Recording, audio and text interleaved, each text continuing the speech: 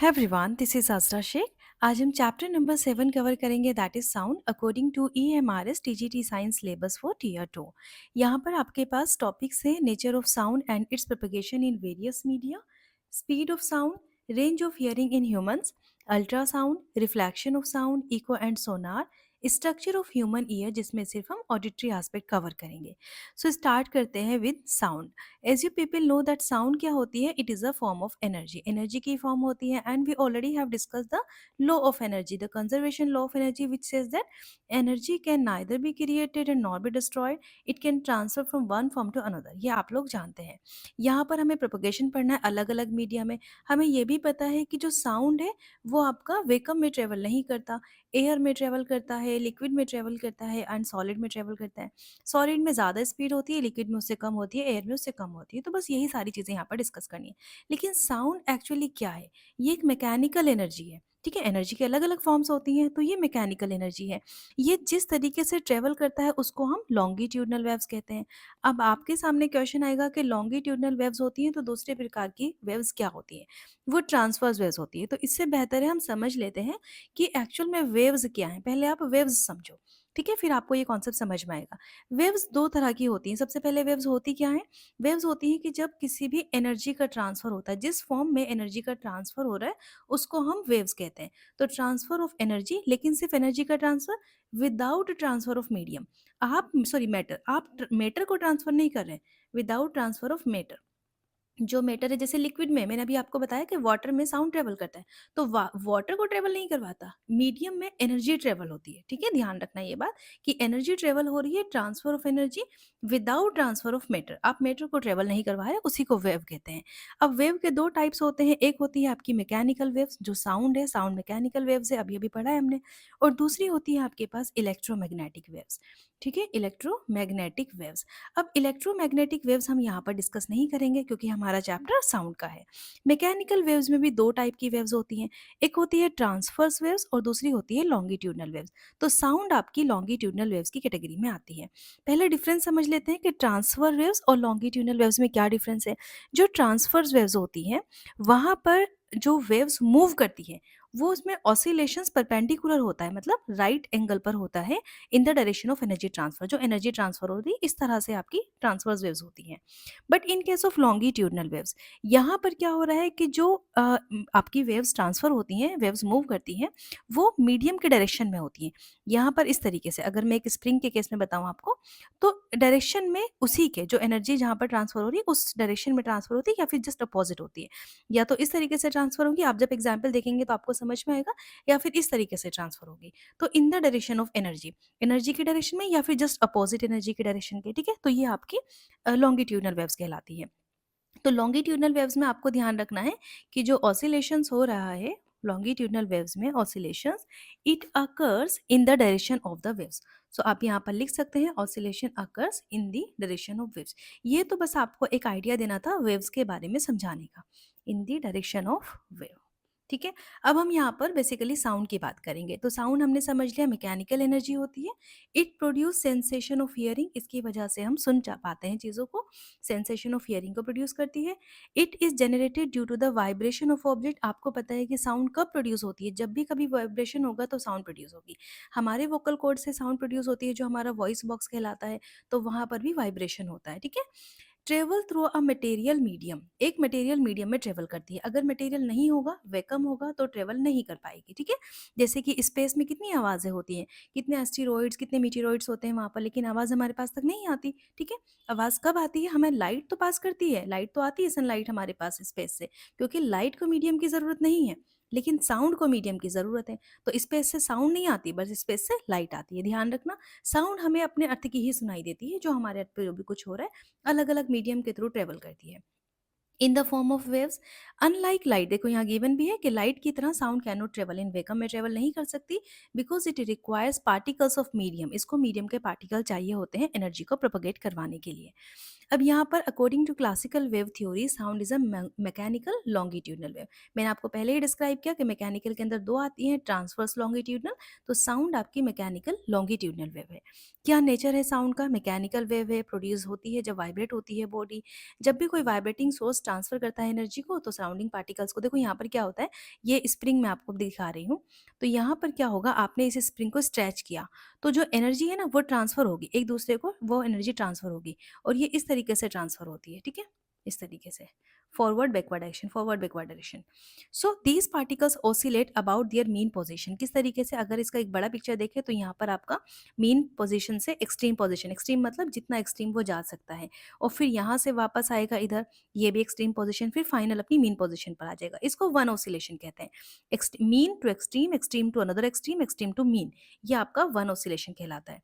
और number of oscillation को क्या कहते हैं, फ्रीक्वेंसी कहते हैं। ये अभी हम आगे पढ़ने वाले हैं, ठीक है? तो ध्यान रखना, जितने भी पार्टिकल्स हैं वो दूसरे को एनर्जी दे देंगे, फिर इधर, फिर दूसरे को एनर्जी, फिर दूसरे को एनर्जी, इस तरीके से डिस्प्लेसमेंट होता है एनर्जी का।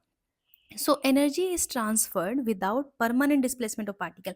ऐसा नहीं है कि ये वाला पार्टिकल जो दूसरे के पास चला गया, नहीं, वो दूसरे पार्टिकल को एनर्जी ट्रांसफर करेगा, ठीक है? यहाँ पर दूसरा पार्टिकल होगा, वो एनर्जी ट्रांसफर कर रहा है, एनर्जी एक दूसरे के पास एनर्जी ट्रांसफर हो रही है। So when A tuning fork vibrate it sets the surrounding air particles into vibration.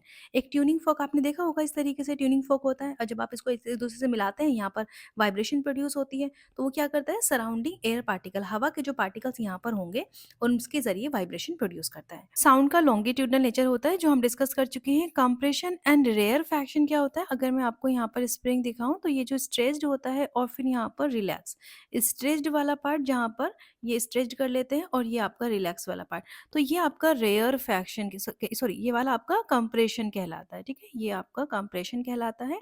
यहाँ पर डेंसिटी हाई होती है, density is high. But in case of this, जहाँ पर रिलैक्स्ड पार्ट होता है, ये आपका रेयर फैक्शन कहलाता है, रेयर फैक्शन। रेयर फैक्शन में क्या होता है, पार्टिकल्स फार अपार्ट होते हैं, पार्टिकल्स दूर दूर होते हैं, पार्टिकल्स फार अपार्ट होते हैं, लो प्रेशर होता है यहाँ पर। But in case of compression, compression में हाई प्रेशर होता है और पार्टिकल जो होते हैं बहुत क्लोज होते हैं, हाई प्रेशर और पार्टिकल्स बहुत क्लोज होते हैं। तो ये दोनों रीजन आपको याद रखने हैं in case of longitudinal nature of sound wave. Longitudinal wave, particle vibrate करते हैं parallel to the direction of wave propagation. Characteristics of sound waves में सबसे पहले वेवलेंथ की बात करते हैं। वेवलेंथ आपको इसको लैम्डा से डिनोट करते हैं और यहाँ पर यूनिट होती है मीटर। इसकी अगर आप डेफिनेशन देखो तो distance between two consecutive compression. अगर यहाँ पर मैं आपको एक वेव बनाकर दिखाऊं, तो यहाँ से इस पॉइंट से जो स्टार्ट होती है कंप्लीट एक वेव, ये आपकी कंप्लीट वेव है, ठीक है? तो ये जो यहाँ पर डिस्टेंस है, इसको आप लैम्डा कहते हो, मतलब यहाँ से यहाँ तक की दूरी को आप लैम्डा कहते हो। ये वन वेव की लेंथ कहलाती है। तो distance between two consecutive compression के बीच की जो डिस्टेंस है, ये वाला, ये दो कंप्रेशन के बीच की जो डिस्टेंस है, इसको आप लैम्डा कहते हो। ये आपके यहाँ से यहाँ तक भी हो सकती है, ठीक है? ये भी हो सकती है, फिर ये यहाँ से यहाँ तक भी हो सकती है। इसको आपने लैम्डा कहा। लैम्डा मतलब वन वेवलेंथ की जो लेंथ होती है।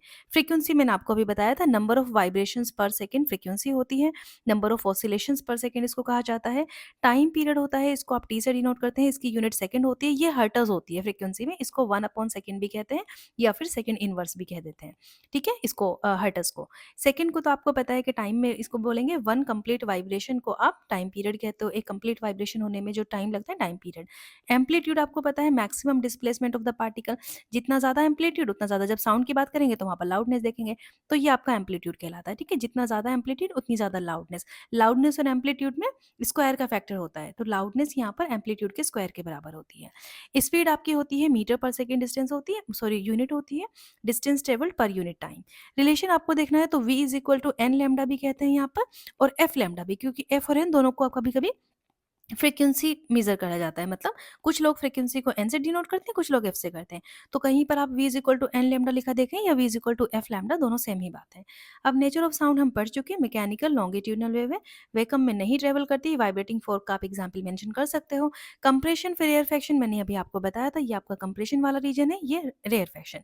ये compression rarefaction, compression rarefaction. Compression में क्या होता है, आपको पता है कि कंप्रेशन में पार्टिकल्स जो होते हैं वो बहुत पास पास होते हैं और आपका हाई डेंसिटी होती है, हाई प्रेशर होता है। इसका जस्ट अपोजिट आप रेयरफैक्शन में लिखेंगे। प्रॉपर्टीज साउंड वेव्स की, लैम्डा आपने पढ़ा है क्रेस्ट टू क्रेस्ट, अभी मैंने आपको बनाकर दिखाया था ना यहाँ पर, कि एक क्रेस्ट से दूसरी क्रेस्ट तक ये जो डिस्टेंस है यहाँ पर, ये आपकी लैम्डा कहलाएगी। और वाइब्रेशंस पर सेकंड, जितनी ज़्यादा वाइब्रेशंस होती हैं पर सेकंड, उतनी ज़्यादा फ्रिक्वेंसी होती है। जैसे इसको पिच से हम मतलब रिलेट करते हैं, पिच से। जब साउंड की बात करेंगे अभी डिटेल में, तो पिच की बात करेंगे। तो जैसे फीमेल की वॉइस होती है या फिर आपकी बर्ड की वॉइस होती है, साउंड होती है, सो जो साउंड होती है उसमें हाई पिच होती है, ठीक है, और उसमें हाई फ्रिक्वेंसी होती है वहाँ पर। एम्पलीट्यूड की बात करें तो मैक्सिमम डिस्प्लेसमेंट होगा, और डिस्प्लेसमेंट की बात करें तो v is equal to n lambda या एफ लैम्डा, जैसा भी बताया। एयर में जनरली साउंड की वेव्स मानी जाती है 346 मीटर पर सेकेंड। वैसे आपको अगर क्वेश्चन आएगा, न्यूमेरिकल आएगा, तो आपको गिवन होगी। वाटर में 1500 मीटर पर सेकेंड एनसीईआरटी का डेटा है, और सॉलिड्स में 5000 मीटर पर सेकेंड। सॉलिड्स में सबसे ज़्यादा तेज़ होती है। आप एक सिंपल सा एक्सपेरिमेंट भी कर सकते हैं। यहाँ पर टेबल पे आप अपना एक कुछ भी यहाँ पर वाइब्रेशन स्टार्ट कीजिए, यहाँ पर किसी अपने दोस्त को बिठाइए, उसके कान से सुनवाइए, तो ये इसमें ज़्यादा तेज़ आपको आवाज़ सुनाई देगी एज़ कम्पेयर टू वाटर। वही सेम चीज़ आपके एनसीईआरटी में कुछ एग्जाम्पल्स दिए हुए हैं, एक्टिविटी वगैरह आप करके देखेंगे, लेकिन आपको हर एक एक्टिविटी नहीं लिखनी होती एग्जाम में। तो बस आप ये समझ लीजिए कि सॉलिड में तेज़ होती है as compare to water, water में एज़ कम्पेयर टू एयर। ये आपका यहाँ पर सीक्वेंस भी दिया हुआ है, सॉलिड, लिक्विड एंड गैसेस। कुछ फैक्टर्स की अगर बात करें तो इलास्टिसिटी में क्या होता है, जो वेलोसिटी होती है साउंड की, वो इलास्टिसिटी के रूट के डायरेक्टली प्रोपोर्शनल होती है, क्योंकि जितनी ज़्यादा इलास्टिसिटी होगी उतनी ज़्यादा फास्टर साउंड होगी। क्यों? ऐसा क्यों होता है? क्योंकि इलास्टिक मीडियम में हम ओरिजिनल शेप पर वापस आ जाते हैं। कोई भी इलास्टिक मीडियम है, आप उसमें वाइब्रेशन प्रोड्यूस करेंगे तो फ़ौरन से वो अपनी वापस उसी पोज़ीशन में आ जाता है। इसकी वजह से क्या होता है, वाइब्रेशन वो ट्रैवल मतलब फास्टली ट्रैवल करते हैं, जिसकी वजह से इलास्टिक कंडीशन में जो साउंड की स्पीड होती है वो फास्टर होती है। बट यहाँ पर आप याद रखेंगे, बिल्कुल सॉलिड की तरह ही इसको ले लीजिएगा। इन केस ऑफ डेंसिटी क्या होता है, डेंसिटी और साउंड में रिलेशन होता है। जो साउंड की स्पीड होती है v, वो डेंसिटी के इन्वर्सली प्रोपोर्शनल होती है। यहाँ पर डेंसिटी के रूट के इन्वर्सली प्रोपोर्शनल होती है। इसका मतलब ये है कि अगर मोर कोई डेंस है, सो वहाँ पर स्लो साउंड होगी। ठीक है, मोर डेंसिटी तो स्लो साउंड होगी, जनरली ऐसा होता है। लेकिन सॉलिड्स में इलास्टिसिटी इफेक्ट ज़्यादा स्ट्रॉन्गर होता है as compare to density effect. अगर आप सॉलिड के केस में देखें, आप तो कहेंगे कि सॉलिड में तो डेंसिटी ज़्यादा है, तो सॉलिड में तो फास्ट हो रही है, लेकिन सॉलिड के अंदर जो इलास्टिसिटी वाला केस है ना, वो ज़्यादा डोमिनेट करता है as compare to density effect. हालांकि डेंसिटी का कंपैरिजन वही है कि वेलोसिटी डेंसिटी की 1/रूट के ये डेंसिटी के बराबर होती है।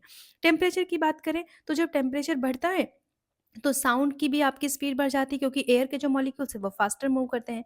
तो यहाँ पर अगर आप वेलोसिटी की बात करें, सो 331 प्लस 0.6 टी होता है, मतलब टी यहाँ पर डिग्री सेल्सियस में। इसके हिसाब से वेलोसिटी बढ़ जाती है। तो higher temperature higher speed of sound. 0 degree Celsius पर अगर मैं बात करूँ तो साउंड की स्पीड 331 मीटर पर सेकेंड होती है, और अगर 20 डिग्री सेल्सियस पर बात करूँ सो 343 मीटर पर सेकेंड हो जाती है। ह्यूमिडिटी का साउंड से क्या रिलेशन है? आपको पता है कि जितनी ज़्यादा ह्यूमिडिटी होती है, तो वाटर वेपर होते हैं हमारे एयर एटमॉस्फेयर के अंदर, जो कि एक तरीके से आपका लिक्विड वाला पार्ट है, तो साउंड आपकी फास्टर ट्रेवल करती है, तो साउंड ट्रेवल्स फास्टर। ठीक है, तो सब में आपको रिलेशन समझ में आ गया। तो आप इसको फाइनली एक छोटा सा समरी बनाकर लिख सकते हैं अगर आप चाहें तो, कि इलास्टिसिटी बढ़ने से स्पीड जो होती है साउंड की वो भी बढ़ जाती है, और डेंसिटी तो अगर हम लिखें तो डेंसिटी बढ़ने से स्पीड साउंड की घट जाती है। जनरली हम इसको कहेंगे, ठीक है, यहाँ पर लिख लेना जनरली, क्योंकि सॉलिड में ये डोमिनेट नहीं करता। इन केस ऑफ टेम्परेचर, टेम्परेचर के बढ़ने से स्पीड साउंड की बढ़ जाती है। इन केस ऑफ ह्यूमिडिटी, ह्यूमिडिटी बढ़ने से स्पीड साउंड की बढ़ जाती है। ठीक है, फिर प्रोपोगेशन ऑफ साउंड पढ़ते हैं वेरियस मीडिया में। Sound requires material medium travel differently, solid liquid gases बात कर चुके हैं। एयर के अंदर साउंड ट्रेवल करती है सक्सेसिव कंप्रेशन रेयरफेक्शन, बार बार रेयरफेक्शन कंप्रेशन, रेयरफेक्शन कंप्रेशन होता है। डिपेंड करती है टेम्परेचर डेंसिटी ह्यूमिडिटी पर। और 25 डिग्री सेल्सियस पर साउंड की जो स्पीड होती है वो 346 मीटर पर सेकेंड होती है, जो हमें याद रखनी है। अगर एग्जाम में क्वेश्चन में नहीं गिवन है तो हमें ये लेनी पड़ेगी, right. Factor affecting speed of sound ये बाद में पढ़ेंगे, पहले ये पढ़ लेते हैं। ह्यूमन की स्पीच ट्रेवल करती है एयर में, क्योंकि हम एयर में ही तो बोलते हैं एक दूसरे से जब बात करते हैं, तो हमारी ये जनरल स्पीड होती है जो साउंड की स्पीड होती है, क्योंकि एयर में ये स्पीड दिखाई गई है साउंड की। प्रोपोगेशन लिक्विड में, जैसे कि वाटर का एग्जाम्पल है, तो साउंड ट्रेवल करती है फास्टर, गैसेस से ज़्यादा तेज फास्ट करती है, क्योंकि मॉलिक्यूल्स वहाँ पर आपने पढ़ा है ना मेटर वाले रीजन में, तो वहाँ पर molecule as compare to water close होते हैं। एग्जाम्पल क्या है, सॉरी, इसका जो एग्जाम्पल है वाटर का स्पीड में, सो वो 1500 मीटर पर सेकेंड है। मरीन एनिमल्स जैसे कि डॉल्फिन कम्युनिकेट करते हैं अंडर वाटर, तो वहाँ पर उनकी स्पीड तेज होती है, वो हम आगे बात करेंगे कितनी रेंज का वो सुन सकते हैं, वो एक अलग कॉन्सेप्ट है। तो प्रोपोगेशन ऑफ साउंड अगर आयरन स्टील में देखें तो फास्टेस्ट होता है, टाइडली पैक्ड मॉलिक्यूल होते हैं वहाँ पर, 5000 से 6000 मीटर पर सेकेंड होती है। अगर आप रेलवे ट्रैक का एग्जाम्पल देखें तो sound of train is heard earlier through rail train rail then through air. मतलब वहाँ पर रेलवे ट्रैक का एग्जाम्पल ले सकते हैं कि ट्रेन, जो साउंड है ट्रेन की, वो आप जल्दी सुन लेते हैं थ्रू रेल से देन थ्रू एयर, एयर की कंपैरिजन में। अब देखिए यहाँ पर क्या क्या फैक्टर्स है जो अफेक्ट कर सकते हैं। तो नेचर ऑफ मीडियम अफेक्ट करता है, डेंसिटी इलास्टिसिटी, अभी हमने पढ़ा, ज़्यादा इलास्टिसिटी तो ज़्यादा स्पीड की तेज होती है, डेंसिटी में उल्टा हो जाता है। फिर टेम्परेचर की बात करें तो गैसेज स्पीड ये इंक्रीज हो जाती है, ह्यूमिडिटी में इंक्रीज स्पीड इंक्रीज हो जाती है। आपने देखा होगा ना, जहाँ पर ह्यूमिड रीजन होते हैं वहाँ पर तेज साउंड आपको सुनाई देती है, या फिर जब बारिश वगैरह का मौसम होता है तो तब भी आपको साउंड कंपैरेटिवली तेज सुनाई देती है। साउंड एक मैकेनिकल लॉन्गिट्यूडनल वेव है, so it requires material medium, propagation करने के लिए मटेरियल मीडियम चाहिए होगा, जैसे कि एयर, लिक्विड, गैसेस, ये आपका सॉलिड्स वगैरह, ये सारे। It travels through compression, rarefaction से ट्रेवल करती है। ये छोटी छोटी बातें लेकिन लिखनी है एग्जाम में। स्पीड डिपेंड करती है इलास्टिसिटी पर and density of the medium पर। ठीक है, sound travels fastest in solid, slowest in gases. तो ये आपके सामने ये पूरा एक जगह मैंने करके दिया है। स्पीड ऑफ साउंड को आप इस तरीके से पढ़ेंगे। अगर स्पीड ऑफ साउंड आपको बतानी है, एयर, वाटर, स्टील में आपको गिवन है, ये पूरा सीक्वेंस आपको याद रखना है। ठीक है, सॉलिड में ज़्यादा, लिक्विड में उससे कम, गैस में उससे कम। क्या होती है speed of sound? Distance travelled by sound waves पर unit time depends on nature of medium, elasticity, density, temperature and sound waves faster होती हैं सॉलिड में। तो ये सारी बातें आप साउंड के बारे में लिखेंगे। उसके बाद अल्ट्रासाउंड, अगर आप रेंज समझ लें तो 20 हर्ट्ज से 20 किलो हर्ट्ज के बीच की डिस्टेंस होती है, जो ह्यूमन के सुनने की रेंज होती है, ह्यूमन की रेंज होती है। ठीक है, उसके इधर वाली जो रेंज होती है 20 हर्ट्ज से कम वाली, उसको हम इंफ्रासोनिक कहते हैं, इंफ्रासोनिक। और इससे ज़्यादा जो होती है उसको हम अल्ट्रासोनिक कहते हैं, अल्ट्रासोनिक। ठीक है, अब देखिए अल्ट्रासोनिक 20 किलो हर्ट्ज से ज़्यादा वाली है, तो ह्यूमन तो नहीं सुन सकते, लेकिन कुछ एनिमल्स हैं जो सुन सकते हैं इसको, और ये हम अल्ट्रासाउंड में भी यूज़ करते हैं। तो यहाँ पर अल्ट्रासाउंड के बारे में पूछा गया है, inaudible to humans. Medical imaging में यूज होती है, अल्ट्रासोनोग्राफी में, जिसको यूएसजी कहते हैं। डॉक्टर जनरली पेशेंट को लिख कर देता है यूएसजी, जिसको अल्ट्रासाउंड कहते हैं हम लोग। डिटेक्टिंग क्रैक्स, फ्लोज मेटल्स के अंदर या फिर बॉडी के ऑर्गन के अंदर। सो अल्ट्रासोनिक वेव्स को बेट्स, एनिमल्स में जैसे कि वेल्स की अगर मैं बात करूं, बेट्स भी आपका मैमल्स कैटेगरी में आती है, और वेल्स भी, एंड डॉल्फिन्स, ये लोग सुन सकते हैं, माइस भी सुन सकती है। ठीक है, ध्यान रखिएगा, ये क्वेश्चन आपके यूपीएससी में भी पूछे गए हैं। उसके अलावा मैं अगर बात करूँ इंफ्रासोनिक की, जो 20 हर्ट्ज से कम होती है, इंफ्रासोनिक। तो इंफ्रासोनिक को कौन एनिमल सुन सकते हैं, ह्यूमन तो नहीं सुन सकते। तो जब अर्थक्वेक आता है तो अर्थक्वेक में ये वाली साउंड प्रोड्यूस होती है, इंफ्रासोनिक, जो हम नहीं सुन पाते, लेकिन इसको कुछ एनिमल्स होते हैं जैसे कि कैटल्स होते हैं वो सुन पाते हैं, जैसे हिपोज हैं, जिराफ हैं, वेल्स वगैरह भी आपकी इंफ्रासाउंड सुन सकती हैं, जो कि आपकी अल्ट्रासाउंड भी सुन सकती हैं। अच्छा, नेक्स्ट बात कर लेते हैं यहाँ पर इको की। तो इको क्या होती है? इको एक ऐसी साउंड होती है जहाँ पर आप, अगर आपके चारों तरफ की दूरी 17 मीटर के करीब है या उससे ज़्यादा है, तो वहाँ पर आपकी आवाज़ बार बार रिपीट होती है। ठीक है, तो repetition of sound heard at least 0.1 second लगता है, ये क्वेश्चन पूछा गया है। सिर्फ 0.1 सेकंड के बाद ही अगर आपकी साउंड वापस आ जाती है तो उसको आप इको कहते हैं। तो अगर आप चाहो तो इसको लिख सकते हो, echo is a sound caused by reflection. किसके जरिए होती है? रिफ्लेक्शन के। आपको पता है कि टकराकर वापस आना रिफ्लेक्शन कहलाता है, रिफ्लेक्शन ऑफ साउंड वेव। तो साउंड वेव के रिफ्लेक्शन की वजह से होती है from a surface big to the listener is known as echo, उसको आप इको कहते हैं। तो इको का आने का कम से कम डिस्टेंस वैसे तो 17 मीटर एनसीईआरटी में दी गई है, लेकिन 16.5 भी कंसीडर की जाती है। ठीक है, 16.5 की डिस्टेंस चारों तरफ होनी चाहिए। कितनी देर बाद वापस आती है? 0.1 सेकंड के बाद। इसमें shouting near a toll building और क्लिफ, इसको जैसे हेलो किया और वापस आ रहा है वो, तो ये आपका इको कहलाता है। सोनार क्या होता है? साउंड नेविगेशन और रेंजिंग, ये आपका इसमें गिवन भी है सोनार के बारे में। अच्छा, एक चीज़ और होती है मैच नंबर, ये साउंड से रिलेटेड है, कभी कभी आपसे पूछ लिया जाता है मैच नंबर क्या होता है। मैच नंबर होता है speed of object, speed of object की जो स्पीड है divided by speed of sound in air, air की स्पीड साउंड में। तो मैच नंबर बेसिकली ऐसा रेशियो है जहां पर speed of a body to the speed of sound in surrounding medium. ये हम कहाँ पर यूज करते हैं? ये आपका सबसोनिक एयरक्राफ्ट में यूज किया जाता है। हो सकता है कि आपसे डिटेल में ना पूछे डिस्क्रिप्टिव में, लेकिन ऑब्जेक्टिव क्वेश्चन में पूछ ले कि मैच नंबर क्या है, तो इसको याद रखिएगा मैच नंबर को। सबसोनिक एयरक्राफ्ट में इसको यूज किया जाता है जहां पर स्पीड, एयरक्राफ्ट की स्पीड कम होती है then the speed of sound. उसके बाद ये आपका subsonic, sorry supersonic, supersonic objects में यूज़ किया जाता है, मैच नंबर वहाँ पर 1.1 से 5 तक होता है, मिसाइल्स वगैरह में, हाइपरसोनिक ऑब्जेक्ट्स में, तो वो आप छोड़िए यहाँ पर, लेकिन ये ध्यान रखिएगा कि मैच नंबर नाम की भी कोई चीज़ होती है जो साउंड से रिलेटेड होती है। उसके बाद यहाँ पर आ जाते हैं ultrasonic waves are sent to detect the locate under water object, वहाँ पर सोनार के बारे में बात कर रहे हैं। नेक्स्ट यहाँ पर आपने पढ़ा है रेंज ऑफ ह्यूमन, मैंने आपको ऑलरेडी बता दिया। अच्छा, जो ओल्ड एज पर्सन होते हैं ना, उनकी 50 किलो हर्ट्ज से कम होती है, क्योंकि हम तो 20 किलो हर्ट्ज ह्यूमंस की मान के चल रहे हैं, लेकिन जो ओल्ड एज में आ जाते हैं उनकी 50 किलो हर्ट्ज से 15 किलो हर्ट्ज से कम हो जाती है, क्योंकि एज बढ़ने पर जो अपर फ्रिक्वेंसी लिमिट है वो जनरली डिक्रीज हो जाती है। तो ह्यूमन की ईयर की आपने रेंज पढ़ ली यहाँ पर। अब रिफ्लेक्शन ऑफ साउंड आपको पता है, रिफ्लेक्शन ऑफ साउंड आपका टॉपिक दिया गया है, इसके बारे में डिटेल में मैंने लिखा हुआ है, लेकिन पहले ये डायग्राम आप देख लीजिए।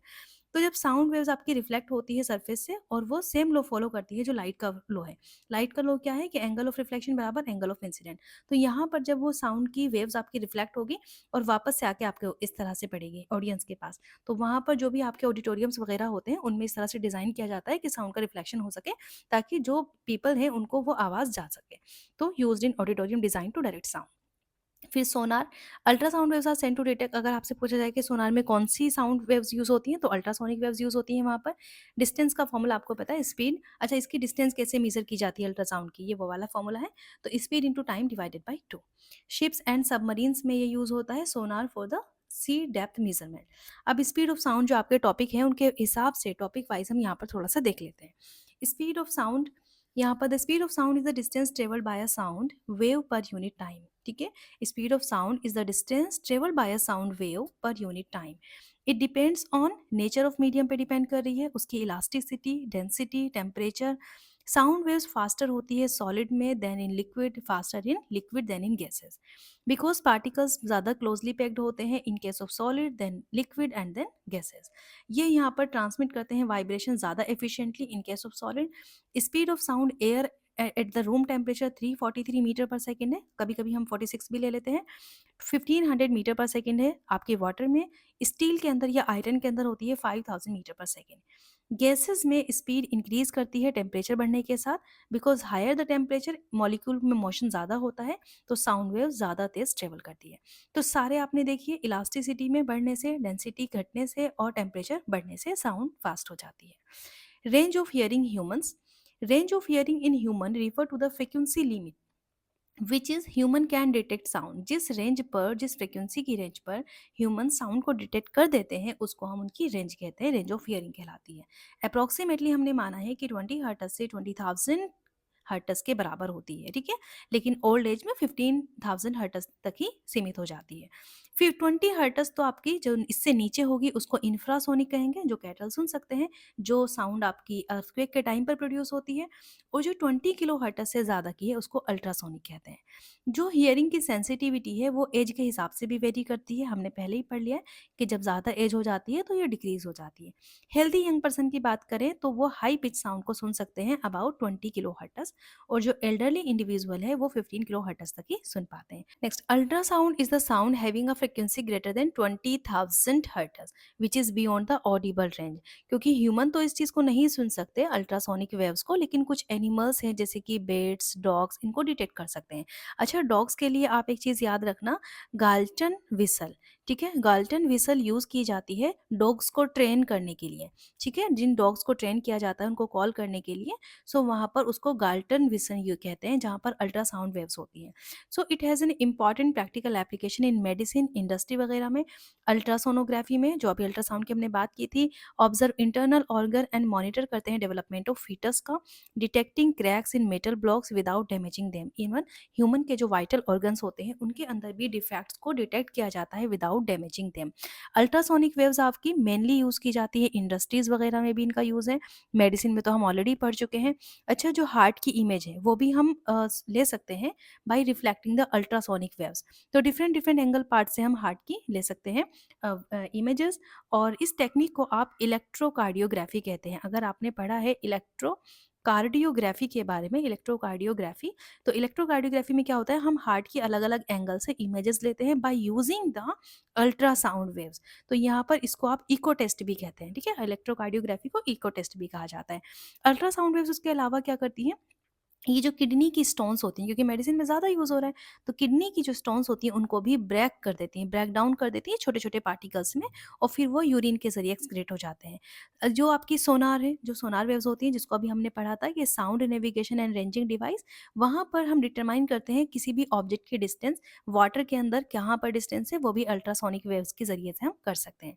ठीक है? तो इस तरह से अल्ट्रासाउंड वेव्स जो वेव्स हैं आपकी, अल्ट्रासोनिक वेव्स, उनका यूटिलाइजेशन होता है। रिफ्लेक्शन ऑफ साउंड में हमने पढ़ा है bouncing back of sound waves when they strike a hard surface पर जब स्ट्राइक करते हैं। और जब भी हम रिफ्लेक्शन के बारे में पढ़ते हैं तो आप लोग वही लिखते हैं कि वहाँ पर रिफ्लेक्शन कब होता है, जब कोई भी लाइट वेव्स पड़ती है किसी ऑब्जेक्ट पर, जो ऑब्जेक्ट आपकी स्मूथ होती है और हार्ड होती है। ठीक है? हार्ड और स्मूथ ऑब्जेक्ट पर ही तो पड़ती है, वरना अगर हम एयर की बात करें तो एयर से तो ट्रेवल करके चली जाती है लाइट वेव।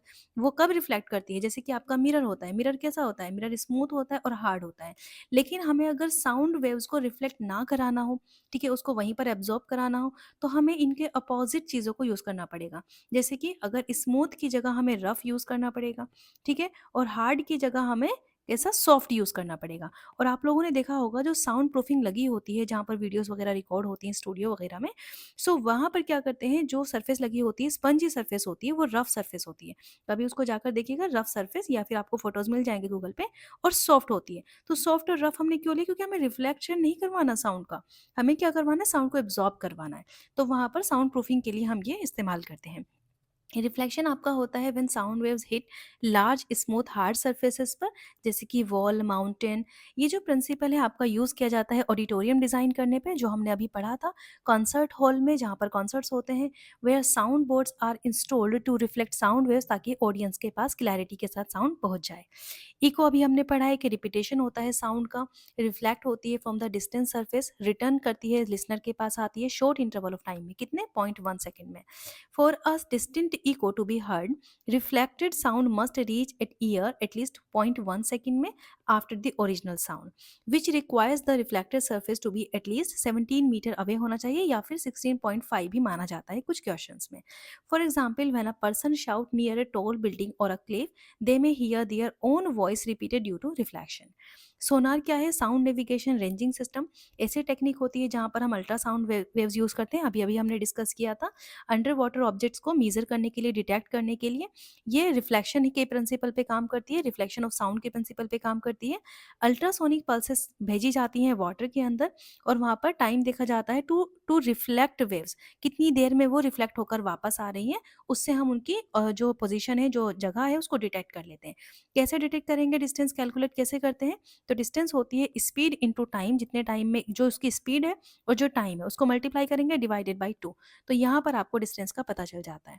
सोनार को आप कॉमनली यूज़ किया जाता है शिप, सबमरीन को मेजर करने के लिए, कितनी डेप्थ पर वो इस टाइम पर है, to locate under water obstacle और एनिमी सबमरीन। ठीक है? नाउ, अब स्ट्रक्चर आ जाता है ह्यूमन ईयर का, इसको थोड़ा सा ध्यान से देखेंगे। पहले ह्यूमन ईयर को यहाँ पर देख लेते हैं एक बार। देखिए, इस तरह से ह्यूमन ईयर है, आपको सिर्फ ऑडिटरी एस्पेक्ट यहाँ पर पढ़ने हैं। तो ये आपका एक्सटर्नल पार्ट होता है, दैट इज कॉल्ड पिन्ना। ठीक है? पिन्ना, यहाँ पर इलास्टिक कार्टिलेज होता है, साउंड वेव्स यहाँ पर ट्रेवल करेंगी, ये ऑरिकल भी कहलाता है पिन्ना आपका। यहाँ पर साउंड वेव, अच्छा, पिन्ना का काम क्या होता है? पिन्ना का काम होता है कि साउंड वेव्स को कलेक्ट करने का। अगर पिन्ना नहीं हो तो कुछ लोग आप देखते हैं जिनको आवाज़ नहीं आती तो कान के पीछे हाथ लगा लेते हैं, यहाँ पर हाथ बड़ा कर लेते हैं ताकि साउंड वेव्स को कलेक्ट कर सकें एक जगह पर। तो पिन्ना का काम हमें समझ में आया, साउंड वेव्स को कलेक्ट करने का। पिन्ना को ऑरिकल कहते हैं, इलास्टिक कार्टिलेज यहाँ पर होता है। अब साउंड वेव्स यहाँ पर ट्रेवल करेंगी, तो ये ट्रेवल करें, ये कैनाल है आपकी। यहाँ पर जैसे ही हम पहुंचते हैं, यहाँ ईयर ड्रम आता है। ठीक है? ये टिम्पैनिक मेम्ब्रेन है, ईयर ड्रम, और उसके बाद यहाँ पर आती है आपकी कुछ बॉन्स, 3 बॉन्स यहाँ पर होती हैं जो आपके ईयर की बहुत स्पेशल बॉन्स कहलाती है। इसको सबसे पहली बॉन्ड होती है मेलस। ठीक है? इसको आप हैमर भी कहते हो क्योंकि ये हैमर शेप की होती है, कभी आपने देखा हो हैमर, तो उस शेप की होती है। उसके बाद यहाँ पर आ जाती है इनकस, ये नहीं, गिवन नहीं है, इनकस। और उसके बाद सबसे लास्ट में जो पूरे हमारी बॉडी की सबसे छोटी बोन्स होती है, that is called steps. So STAPES, steps. इसको स्टिरअप भी कहते हैं, स्टेप्स भी कहते हैं। ये सबसे स्मॉलेस्ट बोन होती है हमारी बॉडी की, इसको भी याद रखिएगा। ठीक है? उसके बाद यहाँ पर आपकी साउंड, ये वेव्स, यहाँ पर होता है वाइब्रेशन, साउंड ये होती है, डिटेक्ट होती है, और उसके बाद ये कोकिला में पहुंच जाती है। ये यूस्टेशियन ट्यूब है, है जो ब्रेन तक आपकी इन्फॉर्मेशन को लेकर जाएगी, और ऑडिटरी नर्व्स यहाँ पर है। सो आउटर ईयर का काम क्या है? साउंड को कलेक्ट करने का, मिडल ईयर का उसको एम्पलीफाई करने का और वाइब्रेशंस को ट्रांसफर करने का। ठीक है, यहाँ एम्पलीफाई होती है और ट्रांसफर हो जाती है। एम्पलीफाई मतलब आवाज़ बढ़ के हमें सुनाई दे सके। फिर कन्वर्ट होती हैं वाइब्रेशन इलेक्ट्रिकल सिग्नल में और फिर वो हमारे ब्रेन पर जाती है, हम उसको डिटेक्ट करते हैं, हम समझते हैं कि क्या बात है। इनर ईयर में कन्वर्ट होता है वाइब्रेशन टू इलेक्ट्रिकल सिग्नल। तो यहाँ पर देखिए डिटेल में यही बातें गिवन है, बस इसको एक बार देख लो। जो आउटर ईयर है वो कलेक्ट करता है। अच्छा, ह्यूमन ईयर होता क्या है? ये एक सेंसिटिव ऑर्गन है। सेंसिटिव क्यों? क्योंकि सेंस ऑर्गन हमारे 5 होते हैं, वैसे तो 6 मानते हैं 6 सेंस ऑर्गन। परसेप्शन को भी माना जाता है, लेकिन आज की साइंस में अभी तक वो इंक्लूड नहीं हुआ है एनसीईआरटी में, तो आप 5 ही मान के चलिएगा। सो सेंसिटिव ऑर्गन है आपका ईयर, रिस्पॉन्सिबल होता है हियरिंग, मेंटेनेंस, बैलेंस के लिए। It is structurally divided into 3 parts में, आउटर ईयर, मिडल ईयर और इनर ईयर। जो ईच पार्ट है आपका उसमें स्पेसिफिक फंक्शन होते हैं। आउटर ईयर की बात करूँ, जिसको अभी हमने पिन्ना कहा, वो कलेक्ट करता है साउंड वेव्स को और उनको डायरेक्ट करता है इनसाइड द ईयर। इसमें पहला पार्ट होता है आपका पिन्ना, दो कहलाता है आपका ऑरिकल। एक्सटर्नल विजिबल पार्ट होता है जो कार्टिलेज का बना होता है, साउंड को कलेक्ट करता है, साउंड वेव्स को अपनी सराउंडिंग से। ऑडिटरी कैनाल मतलब एक्सटर्नल ऑडिटरी मेटस भी कहलाती है। एक ट्यूब लाइक पैसेज है जहाँ पर साउंड वेव्स को ईयर ड्रम तक पहुंचाया जाता है। उसके बाद यहाँ पर फंक्शन क्या होता है? गैदरिंग का फंक्शन है। फनल है जो साउंड वेव्स को ट्रेवल करवाती है towards the ear drum. Ear drum यहाँ पर सबसे पहले अगर देखें, यहाँ पर ईयर ड्रम, इससे पास होके जाना पड़ता है। ये एक मेम्ब्रेन है जो मॉइस्ट होती है, ठीक है। उसके बाद आते हैं मिडल ईयर में। एयर फिल्ड कैविटी होती है। मिडल ईयर एम्पलीफाई करती है साउंड की वाइब्रेशंस को। सबसे पहले टिम्पैनिक मेम्ब्रेन, जो अभी अभी मैंने बात करी, जिसको ईयर ड्रम भी कहते हैं। ये एक थिन मेम्ब्रेन है, बहुत पतली सी मेम्ब्रेन है, जो वाइब्रेट करती है। जब साउंड वेव्स वहाँ पर जाएंगी तो वो वाइब्रेट करती है और साउंड वेव्स वहाँ पर स्ट्राइक करती हैं। 3 ऑसिकल्स होते हैं जिनको ईयर ऑसिकल्स या फिर 3 बोन्स कहा जाता है, बहुत ही इंपॉर्टेंट है। स्मॉलेस्ट बोन ह्यूमन बॉडी की होती है यहाँ पर। Malus, incus, steps. स्टेप्स को मैंने अभी आपसे कहा था स्टिरअप भी कहते हैं। मेलियस आपकी हैमर शेप की होती है, इनकस आपकी एनविल शेप की होती है, ठीक है। स्टेप्स आपकी सबसे स्मॉलेस्ट बोन होती है, ठीक है, याद रखिएगा। वैसे तो ये तीनों स्मॉल बोन है, लेकिन स्मॉलेस्ट की बात आ जाए तो स्टेप्स होगी। यूस्टेशियन ट्यूब क्या होती है? मिडल ईयर को कनेक्ट करती है हमारे थ्रोट से। कभी कभी आपने कान में दवाई डाली होगी ना, तो गले में आ जाती है, ठीक है, तो वो आपको थ्रोट से इसी इसी यूस्टेशियन ट्यूब के जरिए आती है। Maintain air pressure and balance. फिर फंक्शन देखते हैं। साउंड वेव्स को कन्वर्ट करती है मैकेनिकल वेव्स में, एम्पलीफाई करती है, वाइब्रेशंस को ट्रांसफर करती है, them to the inner ear, अंदर की तरफ भेज देती है। एग्जाम्पल क्या है? जब एयर प्रेशर चेंज होता है, जैसे कि एयरप्लेन के अंदर अगर हम देखें, तो यूस्टेशियन ट्यूब आपकी ओपन हो जाती है टू इक्वलाइज प्रेशर। बस एक एग्जाम्पल की तरह, वैसे तो आपको फंक्शन समझ में आ गया। इनर ईयर क्या है? यहाँ पर कन्वर्ट करता है मैकेनिकल वाइब्रेशंस को इलेक्ट्रिकल से, लास्ट में आके इलेक्ट्रिकल सिग्नल बनते हैं, ठीक है। सेकंड वाले में मिडल पार्ट में एम्पलीफिकेशन हो रहा था, और लास्ट वाले में इनर ईयर जो है आपका, वो कन्वर्ट करता है मैकेनिकल वेव्स को इलेक्ट्रिकल सिग्नल में, क्योंकि हमारा दिमाग तो इलेक्ट्रिकल सिग्नल से बात समझेगा ना। क्या-क्या पार्ट है यहाँ पर? कोकिला है जो स्पाइरल शेप का है, इस तरीके से जो पार्ट है वो कोकिला वाला है। उसमें फ्लूइड होता है, फ्लूइड फिल्ड होता है। सेंसरी हेयर सेल्स होती हैं छोटी-छोटी सी, और सेमी सर्कुलर कैनाल जो होती है, 3 looped shaped tubes responsible, balance के लिए रिस्पॉन्सिबल होती हैं। ईयर पता है हमारे बॉडी को बहुत ज़्यादा बैलेंस करता है। ईयर एक बैलेंसिंग ऑर्गन भी कहलाता है। हाइपोथैलेमस के बाद ईयर का ही नंबर आता है बैलेंस करने में। Auditory nerves carries electrical signals to the brain. Function की बात करें तो कोकिला कन्वर्ट करता है वाइब्रेशन टू नर्व इम्पल्सेस, और सेमी सर्कुलर कैनाल आपकी बॉडी को मेंटेन करती है, मतलब बैलेंस करती है, मेंटेन करने का मतलब है। उसके बाद है यहाँ पर when we spin quickly and stop dizziness. अगर जब हम स्पिन करेंगे ना, घूमेंगे कूदेंगे और उसके बाद चुप एकदम से रुक जाएंगे, तो डिजीनेस होती है, क्योंकि जो फ्लूइड का मूवमेंट है ना हमारी सेमी सर्कुलर कैनाल में, वो डिसबैलेंस हो जाता है थोड़ा सा। तो समरी क्या है? साउंड कैसे ट्रांसमिट हो रही है? साउंड वेव से पिन्ना, पिन्ना से auditory canal, ear drum, ossicles, Kokila, auditory nerves and brain. ये प्लीज याद रख लीजिएगा, कोड बनाकर याद रख लीजिएगा, जरूर याद रख लीजिएगा, एग्जाम में लिखेंगे तो बहुत अच्छा होगा। फिर ह्यूमन ईयर एक कॉम्प्लेक्स सेंसरी ऑर्गन है, not only enables hearing but also maintains balance भी मेंटेन करता है। आउटर ईयर साउंड को कलेक्ट करता है, मिडल ईयर एम्पलीफाई करता है, इनर ईयर कन्वर्ट करता है into electrical impulses to the that the brain interpret as sound. तो ये इस तरीके से आपका चैप्टर खत्म हो जाता है साउंड का। कल हम नेक्स्ट चैप्टर करेंगे, that will be matter, nature and behaviour states of matter. So finally यहाँ से आपकी केमिस्ट्री स्टार्ट हो जाती है। फिजिक्स का सारा पार्ट आपका कवर हो गया। अगर आप लोग चाहते हैं कि कुछ ऑब्जेक्टिव क्वेश्चन डिस्कस किया जाए, कुछ डिस्क्रिप्टिव क्वेश्चन डिस्कस किया जाए, so please let me know. Thanks a lot.